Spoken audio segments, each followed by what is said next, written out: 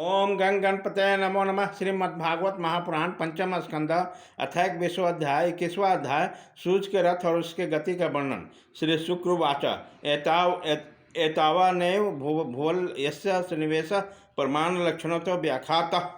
श्री सुखदेव जी कहते हैं, राजन, परिमाण और लक्षणों के सहित इस भूमंडल का कुल इतना ही विस्तार है, सो तुम्हें बता दिया। इसी के अनुसार विद्वान लोग धूलोक का परिमाण बताते हैं। जिस प्रकार चना मटर आदि दो दलों में से एक का स्वरूप जान लेने से दूसरे को भी जाना जा सकता है, उसी प्रकार भूलोक के परिमाण से ही धूलोक का भी परिमाण जान लेना चाहिए। इन दोनों के बीच में अंतरिक्ष जोग है और इन दोनों का संधि स्थान है। इनके मध्य भाग में स्थित ग्रह नक्षत्रों के अधिपति भगवान सूर्य अपने ताप और प्रकाश से तीनों लोकों को तपाते और प्रकाशित करते रहते हैं। वे उत्तरायण, दक्षिणायन और विश्वत नाम वाली क्रमशः मंद, शीघ्र और समान गतियों से चलते हुए समयानुसार मकरांदी रस्सियों से में ऊंचे नीचे और समान स्थानों में जाकर दिन रात को बड़ा छोटा या समान करते हैं।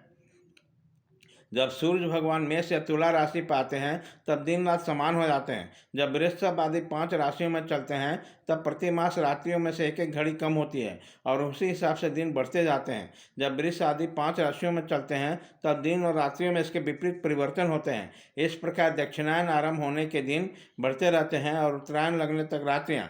इस प्रकार पंडित जन मानव 70 पर्वत पर सूर्य की परिक्रमा का मार्ग 9 करोड़ 51 लाख योजन बताते हैं तथा पर्वत पर मेरु के पूर्व की ओर इंद्र की देवधानी, दक्षिण में जमराज की संगमनी, पश्चिम में वरुण की निम्लोचनी और उत्तर में चंद्रमा की विभावरी नामक पुरियां हैं। इन पुरियों में मेरों के चारों ओर समय समय पर सूर्योदय, मध्याह्न, सायंकाल और अर्धरात्रि होते हैं। इन्हीं के कारण संपूर्ण जीवों की प्रवृत्ति या निर्वृत्ति होती है। राजन, जो लोग सुमेरु पर आते हैं उन्हें तो सूर्यदेव सदा मध्यकालीन रहकर नित्य पाते रहते हैं। वह अपनी गति के अनुसार अश्विनी आदि नक्षत्रों की ओर जाते हुए यद्यपि मेरु को बाएं ओर रखकर चलते रहते हैं तो भी सारे ज्योति मंडल को घुमाने वाली निरंतर दाई और बहती हुई प्रवाह वायु द्वारा घुमा दिए जाने से उसे दाई और रखकर चलते जान पड़ते हैं। जिस पुरी में सूर्य भगवान का उदय होता है उसके ठीक दूसरी ओर पूरी से अस्त होते मालूम होते हैं। जहाँ वह लोग पसीने पसीने करके तपा रहे होते हैं उसके ठीक सामने आधी रात होने के कारण वे उन्हें निद्रावश किए रहेंगे। जिन लोगों के मध्याह्न के समय वह स्पष्ट दिख रहे होंगे वे ही जब सूर्य सौम्य आदि दिशा में पहुँच जाएंगे तब उनका दर्शन कर सकेंगे। सूर्यदेव जब इंद्र की पुरी से जमराज की पुरी चलते हैं तब 15 घड़ी में उस समय 2 करोड़ और 12.5 लाख योजन से कुछ 25,000 योजन अधिक चलते हैं। फिर इसी क्रम से वरुण और चंद्रमा के पुरियों को पार करते हुए पूरा इंद्र की पुरी में पहुँचते हैं। इस प्रकार चंद्रमा आदि अन्य ग्रह भी ज्योतिष के अन्य नक्षत्रों के साथ उदित और अस्त होते हैं। इस प्रकार भगवान सूर्य का वेदमय रथ एक मुहूर्त में 34,800,000 योजन हिसाब से चलता हुआ इन चारों पुरियों में घूमता रहता है। इनका संवत्सर नामक एक चक्र पहिया बताया जाता है। उनमें मास रूप 12 हरे हैं, ऋतु रूप 6 नेमिया हाल है और 3 चौमासे रूप 3 नाभि आवन है।